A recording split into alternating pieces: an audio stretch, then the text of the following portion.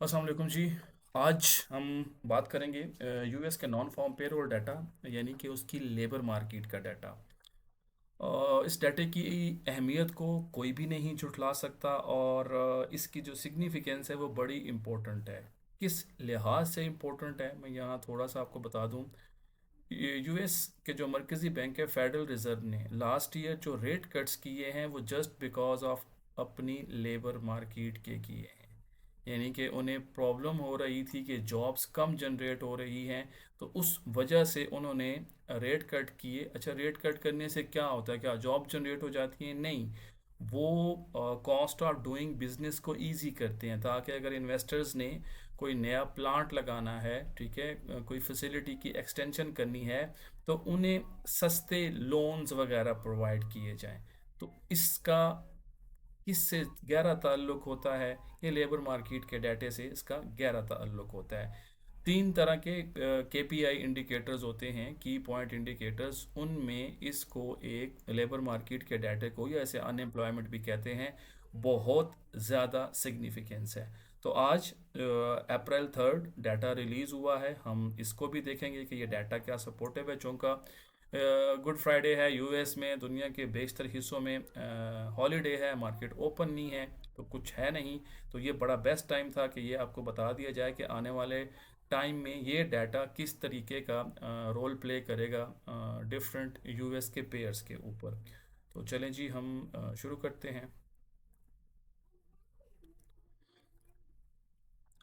Okay जी। NFP बुनियादी तौर पे क्या होता है? ये हर फ्राइडे, मतलब जो फर्स्ट मंथ का फ्राइडे होता है, ये bureau of labour statistics use करता है। टाइम प्लस माइनस होता है। हमारे यहाँ पाकिस्तान टाइम के हिसाब से ये 5:30 है, दुनिया में जो ईस्टर्न टाइम है वो 8:30 AM है। It's a single most market moving release in the world. मतलब इसको अब कोई और दूसरा तो हम नाम ही नहीं दे सकते कि क्या है। इससे बहुत बड़ी मूव्स होती हैं।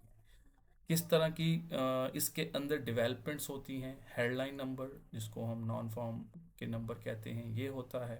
फिर एवरेज आर्ली अर्निंग्स होती हैं। ठीक हो गया। इसमें दो तरह की होती हैं, हम नॉर्मली ईयर ऑन ईयर को ही देख रहे होते हैं। ठीक हो गया। अनएम्प्लॉयमेंट रेट होता है, बहुत इंपॉर्टेंट होता है। ठीक हो गया। और फिर उसके बाद जो इसके अंदर सब हेडिंग्स में होता है कि यार प्राइवेट सेक्टर्स ने कितनी जॉब ऐड की। जैसा कि आज जो डाटा रिलीज़ हुआ है, इसमें गवर्नमेंट जॉब्स डिक्लाइन हुई हैं। ठीक है ना, मतलब आप कह रहे हैं कि यूएस की गवर्नमेंट ने जॉब जनरेट नहीं की, लेकिन प्राइवेट सेक्टर ने बड़ी मतलब स्ट्रॉन्ग किस्म की जॉब्स की हैं। ठीक है। फिर average earnings month on month भी होती है, ये भी बड़ा इंपॉर्टेंट इंडिकेटर है। लेबर फोर्स पार्टिसिपेशन का भी बड़ा इंपॉर्टेंट पार्ट होता है, बट टॉप पे ये रहते हैं। अनएम्प्लॉयमेंट की जो प्रायोरिटी है, ये नंबर 1 है। ठीक हो गया। अनएम्प्लॉयमेंट, ये याद रख लें, ये सबसे ज़्यादा की इंडिकेटर है इस एनएफपी की रिलीज़ के अंदर। अब अनएम्प्लॉयमेंट रेट क्या होता है? बुनियादी तौर पे अगर आप इसको इस एंगल से देखें कि 100 लोगों ने जॉब्स के लिए अप्लाई किया है, ठीक है ना, 100 लोगों ने जॉब्स के लिए अप्लाई किया, तो उसमें से कितने लोगों को जॉब्स मिली हैं या नहीं, जिन्हें मिली, उस परसेंटेज का होता है। अभी जो यूएस में चल रहा है वो 4.5 के करीब है। ठीक है। आगे चलते हैं जी। 2023 से 2026 तक किस तरह का डाटा चलता आ रहा है? और जनरली अगर हम पीछे देखते हैं तो बहुत ज़्यादा जॉब्स थी, लेकिन ग्रेजुअली जॉब्स जो हैं, ये हमें एक ट्रेंड बता रहा है कि जॉब्स डिक्लाइन है, डिक्लाइनेशन की तरफ है।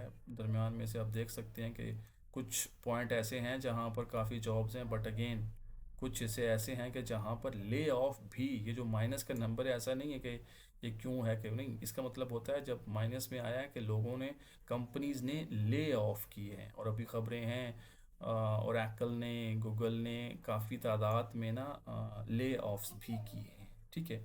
अब जो आज का डाटा आया है, ये हेडलाइन नंबर, इट्स मैसिव। ठीक है।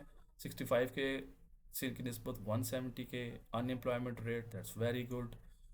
एवरेज अर्निंग जो है ये थोड़ा ड्रॉप है, ये थोड़ा ड्रॉप है, अदरवाइज इट वाज गुड। और जो सबसे मज़ेदार चीज़ थी ये इसके ऊपर यूएस की एडमिनिस्ट्रेशन भी बात कर रही थी कि हमारे प्राइवेट सेक्टर को सामने आना पड़ेगा, प्राइवेट सेक्टर सामने आए, वो जॉब जनरेट करे। तो मैसिव किस्म की जॉब जनरेट हुई है ये, मतलब जो उनकी ट्रेजरी की टीम है, ये उनके लिए बड़ी एक साउंड किस्म की चीज़ होगी। ठीक है।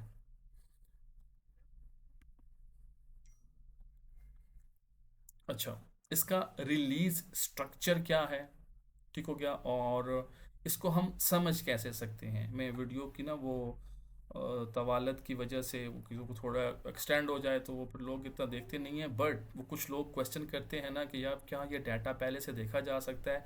तो उसमें कुछ बड़े इंपॉर्टेंट चीज़ें हैं जिनके मदद से ना हम इस डाटे को फर्स्ट भी मतलब एंटिसिपेट कर सकते हैं कि यार ये डाटा किस तरीके का आ सकता है। अच्छा, इसका रिएक्शन क्या होता है, मतलब डिफरेंट सिनेरियोज हैं, हम तमाम पे बात नहीं करेंगे, लेकिन इन सिनेरियोज पे बात करने से पहले जो एक इम्पोर्टेंट एलिमेंट है वो आपको बता दूं। आपको जब आप एनएफपी में ट्रेड करने के लिए बैठ रहे हैं तो you must know the context. ठीक है, कॉन्टेक्स्ट का क्या मतलब होता है, अगर मैं उर्दू में बात करूं तो बयानिया, नैरेटिव। यू मस्ट अंडरस्टैंड कि जब हम मार्केट में एनएफपी को ट्रेड करने के लिए उतर रहे हैं तो ऐसी सूरत में मार्केट के अंदर चल क्या रहा है। अगर आप नैरेटिव मिस कर रहे हैं ना तो आप रॉन्ग हो जाएंगे। ठीक हो गया, नैरेटिव मिस कर रहे हैं ना तो आप रॉन्ग हो जाएंगे। अब मैं सिर्फ ये एक या दो सिनेरियोज को ऊपर डिस्कशन करूंगा, ठीक है, ज़्यादा नहीं करूंगा ताकि आप लोग थोड़ा सा मैसिव बीट हो। ठीक है, यूएसटी बढ़ेगा, उस सूरत में यूएसटी जापानीज येन को बाय करें, यूएसटी स्विस को बाय करें, यूरो यूएसटी को, पाउंड यूएसटी को शॉर्ट कर सकते हैं। ठीक है, डिपेंडिंग अपॉन कि उस वक्त सेंटीमेंट क्या है तो गोल्ड भी ड्रॉप होता है। इन लाइन है तो वो फ्लैट हो जाएगा। ठीक है, ऐसे में आपको एडिशनल डिटेल्स को देखना पड़ेगा, और अगर मिस है तो ये उसका वाइस वर्सा हो सकता है। ठीक है।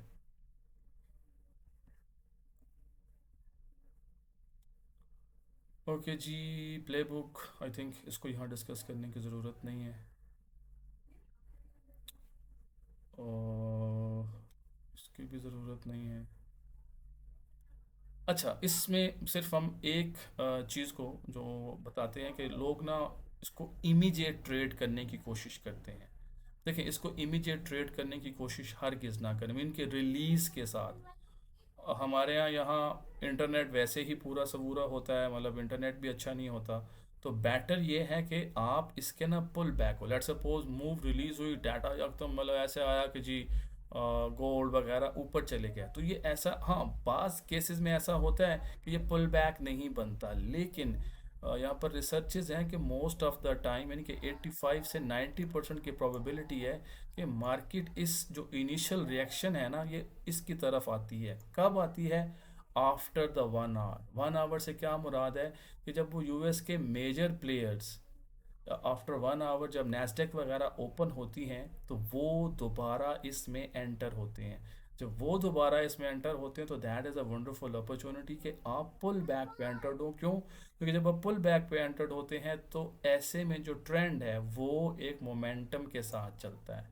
आप इनिशियली जाएंगे, आपका प्रॉफिट आया, अब आपने लॉक नहीं किया, वापस आया तो आप पैनिक में पड़ गए। जब आप पैनिक में पड़े, यहाँ प्राइस पहुंची कि जहाँ उसका ट्रिगर पॉइंट था, जिसको मतलब आप डिफरेंट लैंग्वेजेस में डिफरेंट कहते हैं, अब यहाँ से उसने ऊपर जाना था, आपने यहाँ से उसको शॉर्ट करके कि यार वो नीचे ना चले जाए, मेरा नुकसान ना हो। अब जब वो वापस गया तो आप वहाँ लॉक हो गए। तो कोशिश करें कि वेट करें। मैं इस डाटे की यूटिलाइजेशन के ऊपर इतना कह दूं, देखें ये साल का 12 दफ़ा का इवेंट है। ओके, यानी ये डॉलर की लेबर मार्केट का ये 12 टाइम का इवेंट है।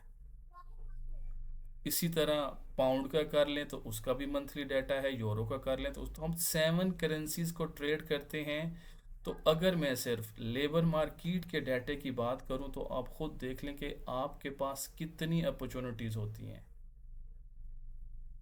इसको समझने की ज़रूरत है। ये वो एक्टिविटी है कि जिसने हर मंथ में 7 टाइम्स होना है।